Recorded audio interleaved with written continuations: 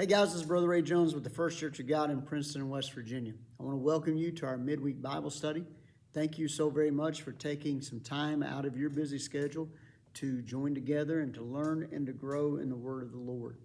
We're going to be looking together tonight in a few different chapters out of the book of Numbers as we continue our study in the life of the Bible character Moses. Tonight we want to talk about this one simple thing.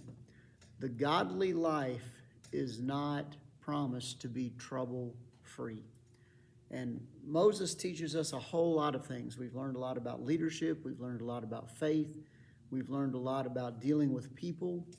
And tonight we're going to be looking into his story, and we're going to see that following God does not always guarantee in any way, shape, form, or fashion that life's going to be trouble-free, okay? So if you go ahead and look in Numbers, the 11th chapter, we're going to be looking at various verses beginning there. And don't worry, we're not going to go verse by verse through 3 or 4 chapters of the Bible, so it won't take that long tonight. But we are going to be looking at various verses in those few chapters and a couple other places as well. So as you're turning there, again, let me thank you for tuning in. And if we encourage you to participate in this. If there's something that comes to mind that you'd like to make a comment about, you feel free to do that. You see something you like, if you are viewing this on Facebook, you feel free to use that like button or one of those other emoji buttons. And as always, if this is a blessing to you, please do share this with other people. I don't know a whole lot about football, but here's what I have figured out about that particular sport. If you have the ball, everybody on the opposing team is trying to get you, okay? And whenever I did play football, I never played in junior high or high school or anything like that. I played alley ball, and if I got the ball, I was running as fast as I could, and I didn't always volunteer to get the ball. I didn't like being chased like that. Well, here's the deal. In a similar manner, when you decide to follow Christ wholeheartedly, all of the host of hell is going to come after you. What is even worse is that sometimes people we dearly love are the enemy's instruments through which he comes after us. And this really shouldn't surprise us. The Bible warns us of these things, okay? In 1 Peter 5, 8, and 9, we get this warning. Be sober, be vigilant, because your adversary, the devil, walks about like a roaring lion, seeking whom he may devour. Resist him steadfast in the faith, knowing that the same sufferings are experienced by your brotherhood in the world. Peter understood what it meant to suffer for living a godly life, and he warned others about that.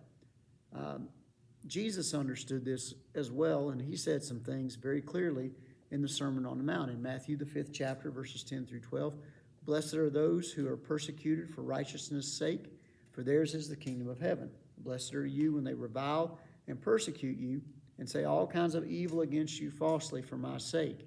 Rejoice and be exceedingly glad, for great is your reward in heaven. For so they persecuted the prophets who were before you. Folks, if Jesus himself says there's going to be trouble that follows us if we follow him, it's a pretty sure bet that that's going to happen. 2 Timothy 3:12, Paul tells young Timothy these words, yes, and all who desire to live godly in Christ Jesus will suffer persecution. Well, Moses' life bears record to this. And as we continue looking at what he can teach us tonight, we pick up his story. He and the people of God had been in Mount Sinai, and God gave Moses instructions there for the people to live by and a design for the tent of meeting or the tabernacle. Moses then passed on God's instructions to the people, and he led the construction of the tent of meeting. And then at God's appointed time, the people packed up camp, and they headed out from Sinai and headed towards the promised land. Now, let's go back all the way to Numbers, the 10th chapter, actually, verses 11 through 13. We read these words. It came to pass on the 20th day of the second month in the second year that the cloud was taken up from above the tabernacle of the testimony. And the children of Israel set out from the wilderness of Sinai on their journeys. Then the cloud settled down in the wilderness of Paran. So they started out for the first time according to the command of the Lord by the hand of Moses. And by the way, that setting out is after the tent of meeting had been constructed. Okay? So here they are going towards the promised land. And somewhere along the way, while they are living this nomadic life and learning how to follow God and to trust Him, the people became dissatisfied with what's going on. Numbers, the 11th chapter, the first 6 verses, we read these words. Now, when the people complained, it displeased the Lord, for the Lord heard it, and His anger was aroused. So the fire of the Lord burned among them and consumed some in the outskirts of the camp. Then the people cried out to Moses, and when Moses prayed to the Lord, the fire was quenched. So he called the name of the place Taberah, because the fire of the Lord had burned among them. Now the mixed multitude who were among them yielded to intense craving. So the children of Israel also wept again, saying, "Who will give us meat to eat? We remember the fish that we had freely in Egypt, the cucumbers, the melons, the leeks, the onions, and the garlic. But now our whole being is dried up. There is nothing at all except for this manna before our eyes." So look at what's going on here. This is really nothing new, is it? As we've studied through the life of Moses and how he's leading the Hebrews towards the promised land, there were times they became thirsty, and by the way, that's a legitimate thing. You've got to stay hydrated. They became thirsty, they complained. They became hungry, they complained. But each time the Lord provided.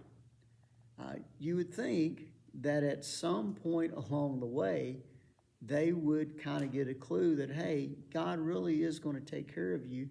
You don't have to complain about it. I mean, what was wrong with those people? Did they not understand that after everything God had already done, that He had everything under control? I mean, aren't you and I glad tonight that we have evolved to the point in human development and in faith development that this isn't a problem for us anymore? I wish that were the case, and I know you do as well. The truth of the matter is the human tendency is to stand in need of something, to complain, to cry out, to get our need met, and even to see God provide, and then forget all about that and complain all over again. We never seem to be satisfied, are we? I've noticed that at Sally's Beauty Supply, they sell both curling irons and flat irons. Now, why would that be? I've known women in particular to have some wonderfully curly hair, and they go buy a flat iron and they want to straighten it. Then I've known some other ladies who have this long, beautiful, straight hair, and guess what they go do? They go buy a curling iron because they want it to be curly. Doesn't seem to matter. Whatever we have, we kind of want something else. I've talked with single people who just, every breath they take seems to be that they want to get married. I've also talked with a few married people along the way who wondered why they did what they did and thought they'd be better off single again. We never seem to be satisfied no matter what. Here's something that I'm trying to learn to live by. I may not always have what I want, but I'm trying to learn how to want what I do have and to be content with what the Lord has blessed me with. Well, the Hebrews in the Old Testament were having a difficult time with that. And by the way, there was nothing wrong for them to want to be fed when they were hungry. Let me be clear about that. Well, what the problem is they did have manna to eat, by the way, and they just kept complaining. Well, in response to this, Moses became discouraged and depressed. Pick it up in Numbers 11 at verse 10. Moses heard the people weeping throughout their families, everyone at the door of his tent, and the anger of the Lord was greatly aroused, and Moses also was displeased. So Moses said to the Lord, "Why have you afflicted your servant, and why have I not found favor in your sight? You've laid this burden of all this people on me. Did I conceive all these people? Did I beget them, that you should say to me, Carry them in your bosom as a guardian carries a nursing child to the land which you swore to their fathers. Where am I to get meat to give all these people? For they weep all over me, saying, give us meat that we may eat. I'm not able to bear all of these people alone, because the burden is too heavy for me. If you treat me like this, please kill me here and now, if I have found favor in your sight, and do not let me see my wretchedness. Wow. Moses was really in a low place at this point. And quite honestly, I don't blame him. According to these verses, not only was God displeased, but Moses was displeased. The people were displeased. Everybody was in a bad kind of sort of way, according to these verses. Now, Moses, as the leader, was wanting all of these people to see the prize that was before them. He had been close to God and was still close to God. He had journeyed all along the way, and he saw the big picture because the Lord had shown it to him. And on the other side of all of these troubles was going to be some amazing blessings if they would just keep moving forward. But everybody in that moment was too focused on the needs in front of them. It's very easy to get to that point. If you decide that you're going to get into shape and you get up one morning and you eat a healthy breakfast, you go to the gym and you work out, you eat a healthy lunch, and you really want some junk food, but you deny yourself that one day, and you get to the end of the day and you eat a healthy salad maybe for supper, and then your flesh the next morning begins crying out. You're sore because you just worked out. Your belly's aching because you really want some other food, and it's easy to get caught up in those immediate feelings and give up. But to get healthy, you've got to do them more than just one day or even 1 week of healthy living. You've got to make a commitment to some prolonged things there, okay? Well, in the same way, there's the big picture here of getting to the promised land, but the people are too caught up in the daily grind of what's going on. And Moses even got so caught up in it at this point, he's just overwhelmed, and he didn't want to live anymore. Read those words again in those verses. Moses himself wanted the Lord to just take him right then and there. Now, this is not a good place for anybody to be, but Moses was there, and it wasn't a good place for him to be. But people can find themselves there, my friend. Now, I don't believe Moses was making a plan to end his own life. I do not believe he was suicidal, but he was definitely depressed. Now, hear me. Throughout the Bible, we read of other people who battled discouragement and even depression. If you read in your Bible about this guy named Elijah, he got very depressed. He thought he was the only one serving the Lord, and he had a very severe bout of depression and didn't want to live anymore. I don't believe he had a plan to take his life, but he was depressed. Jonah had a similar episode. If you read his life, he was so discouraged because of what was going on and the task that was set before him. He just got so discouraged that he just wanted the Lord to take his life, okay?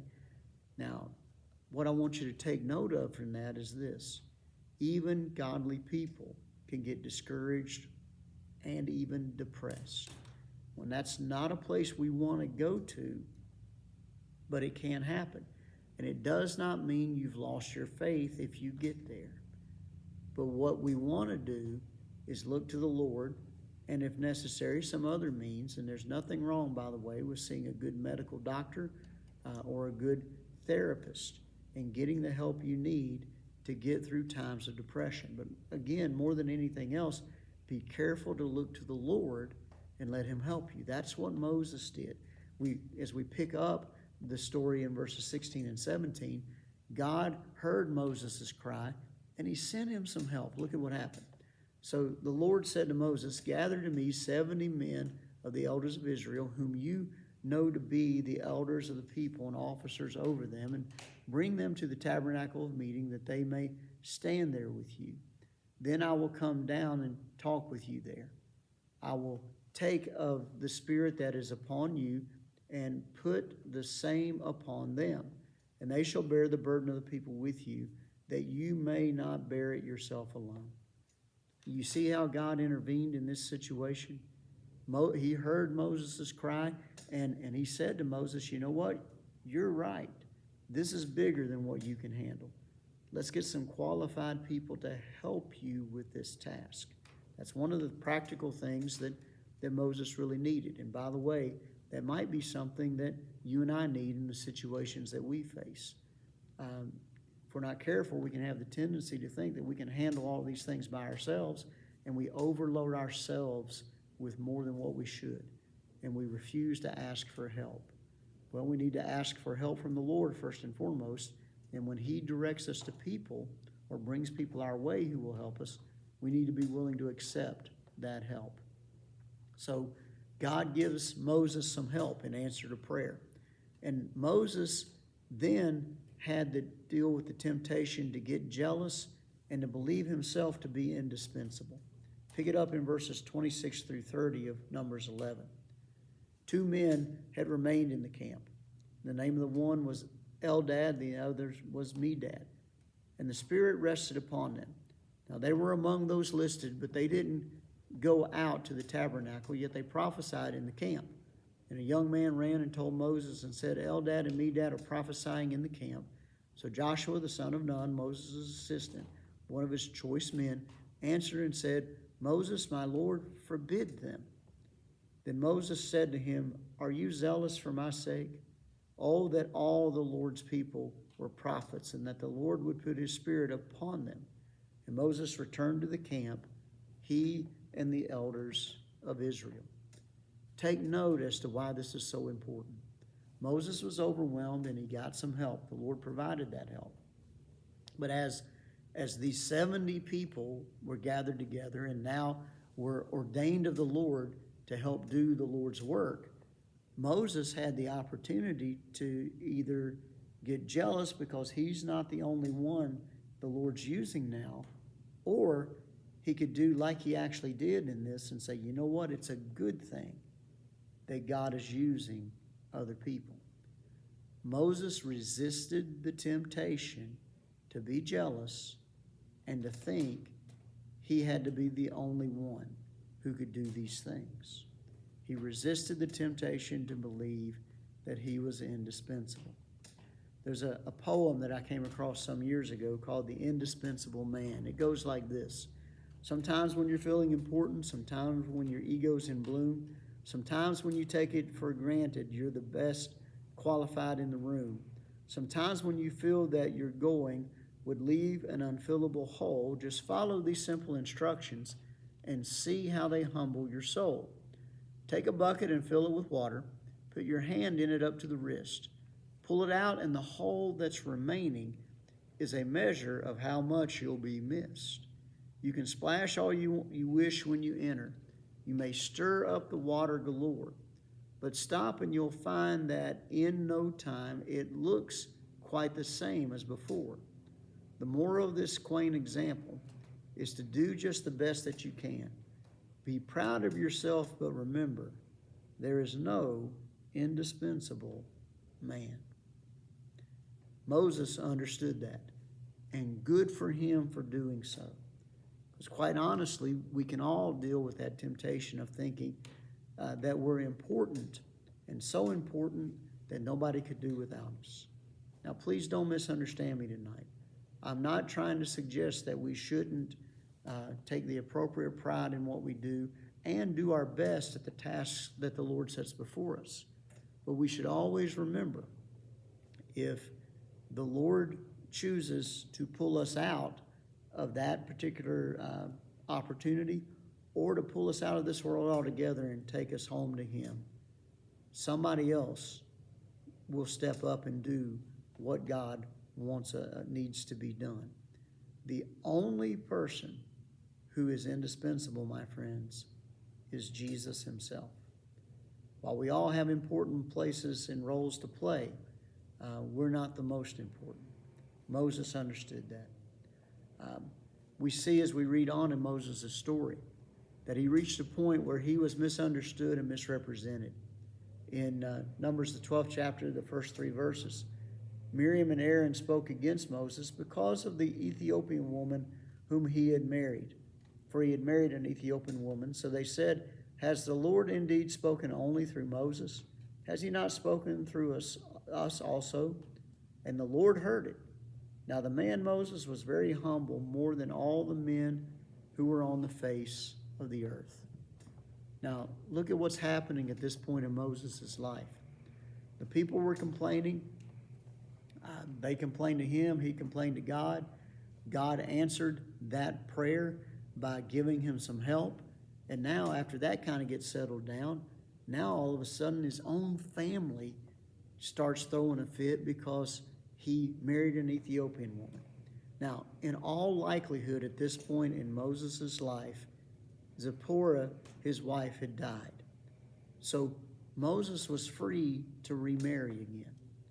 But his family didn't evidently care for his choice.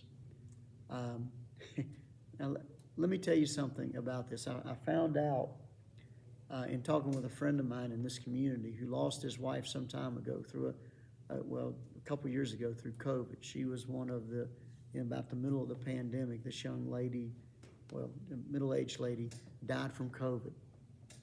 And I was able to talk with his widower and just minister to him. And months later, I saw him at the gym and we were talking. And he made this statement to me because he had started dating somebody. He said, Ray, you know what? A lot of people were all right there for me when I lost my wife, and they can handle me as a grieving widower. But when I kind of got out of the fog and got interested in somebody and started dating, some of those very same people got mad at me. Well, I can't necessarily explain all the ins and outs as to why that happens, but I know that it does. And I'm so sorry that that guy faced that situation, and I'm very sorry that Moses had to face it as well. For whatever reason, he's now under fire because he remarried, and his family wasn't real happy with his choice.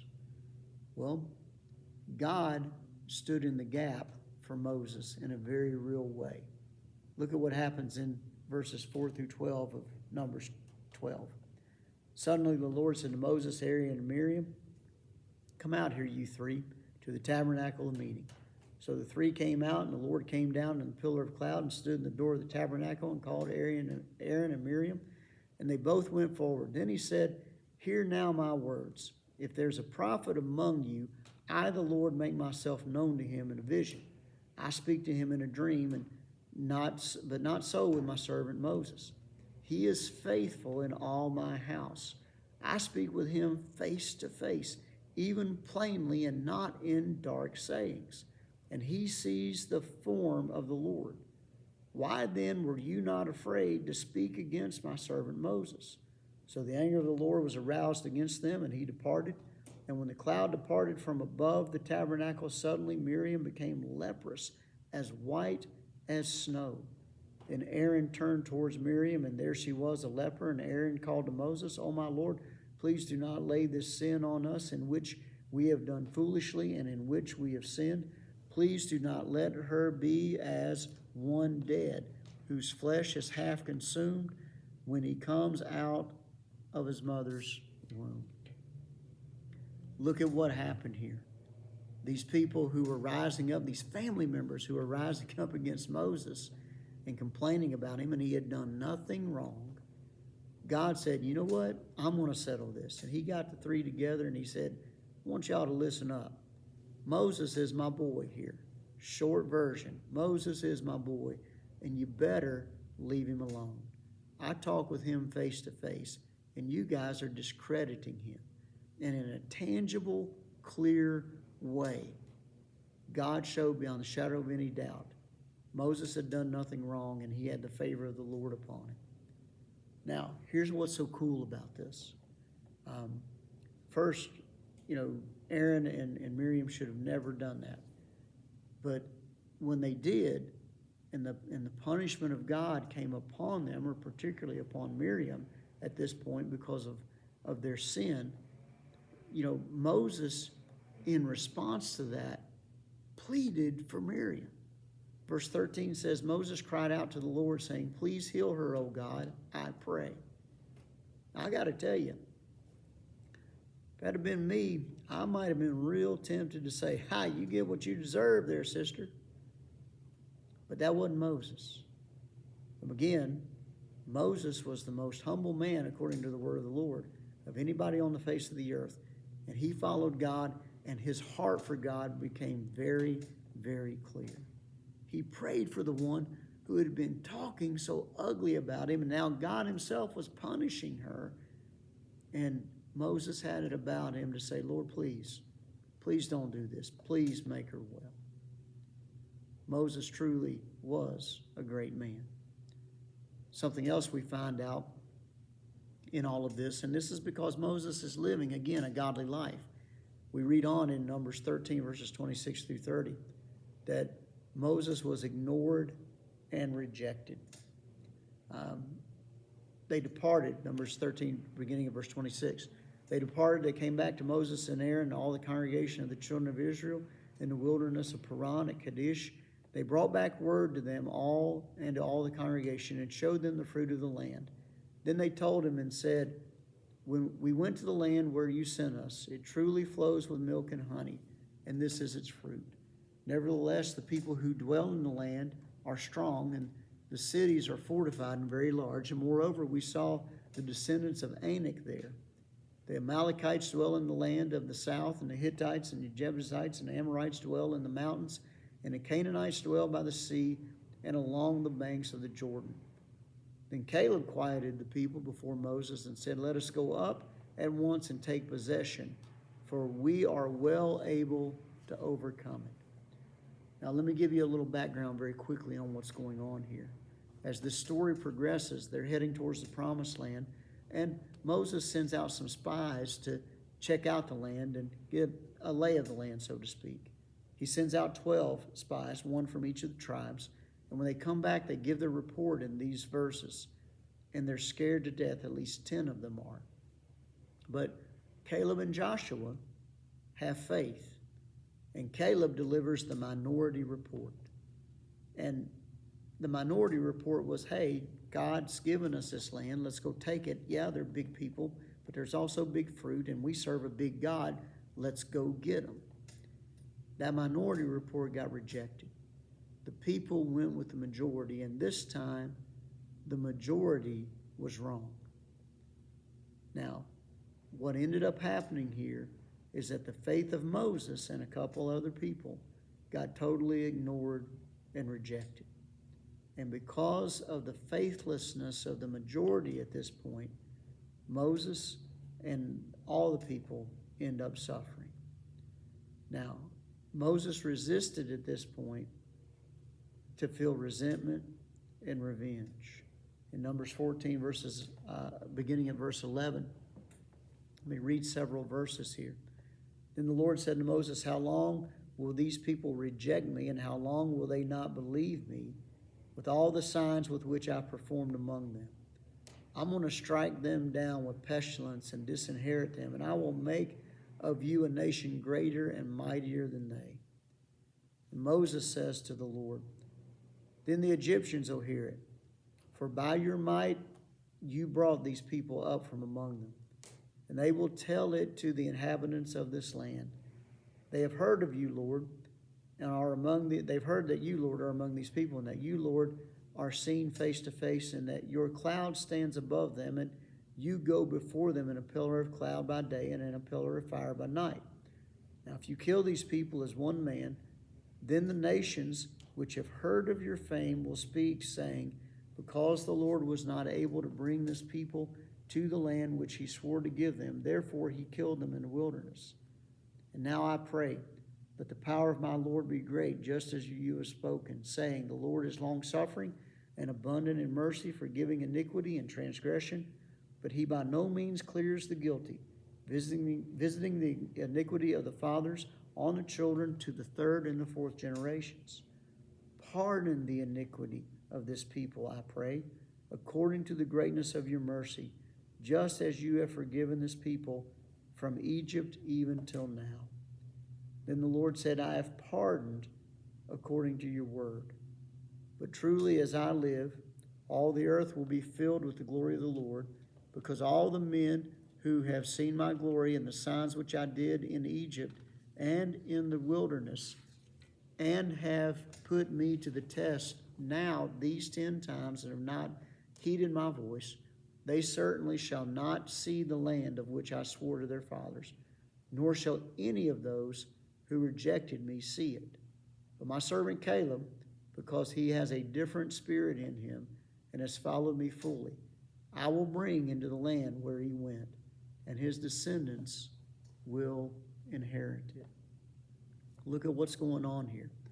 After the spies in the majority report say, hey, Moses, we appreciate where you brought us, but there's no way we can do this. God hears that rejection, and he wants to just annihilate them. And Moses could have very easily at that point said, go get them, God. Bring that fire down from heaven. Let's just burn this whole thing down and start from scratch. But that wasn't Moses' heart. Moses' heart was, hey, Lord, look, if this is how all of this goes down, you're not going to get glory out of this.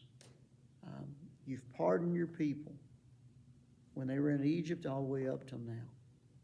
Please pardon them again and bring glory to your name. And according to these verses, the Lord heard Moses and said, you know what? I'm going to do as you've asked. But there was this one caveat, this one penalty, if you will. He said, this generation is not going to see the promised land. Their kids will. But this generation is going to have to die off. Other than for Caleb and Joshua as well, by the way. They're going to get to go in. Well, that was what the Lord had decided, and Moses couldn't do anything different than to abide by that. So here's what we see in all of this that's going on in this point in Moses' life. He's doing the right thing, and people all around him aren't always clapping for him while he's doing it. That's an understatement, isn't it? As a matter of fact, they not only are not clapping, they're downright complaining and trying to stage a coup against him. Well, here's the bottom line. When we're doing the right thing, or when we're following Christ, that's not going to keep us from having troubles. If anything, it might invite some other trouble our way. Following Christ will not keep us from having trouble, but it will see us through them. Trouble's going to come regardless. The question is, are we going to face troubles of this world because we've brought it on ourselves by doing wrong things? Or are we going to follow Christ and accept the troubles that come our way because of that? Moses is a good example of one who followed God and let God see him through the troubles. In our day and age, in this New Testament time, we who are Christ's followers, we need to remember Jesus' words in John 16:33. These things I've spoken to you, that in me you may have peace. In the world you will have tribulation, but be of good cheer. I have overcome the world. My friend, I don't know what you might be facing tonight. I don't know what trouble may have come your way. I'm going to assume that you're following the Lord. You're doing exactly what he wants you to do. And these difficulties have come your way because of that. My friend, I understand the discouragement that can come from that. Moses understood it. Jesus understands it. But here's the hope that we have. The same God who saw us to the trouble will see us through the trouble. Remember Jesus' words tonight and Moses' example. In this world, these things that Jesus said, I've spoken to you, that in me you may have peace. In the world you are going to have tribulation, but be of good cheer. I have overcome the world. And that one, Jesus, who overcame the world, will give us what we need to overcome as well. I hope you've received a blessing from this tonight. Thank you for your time. God bless you, and have a wonderful night.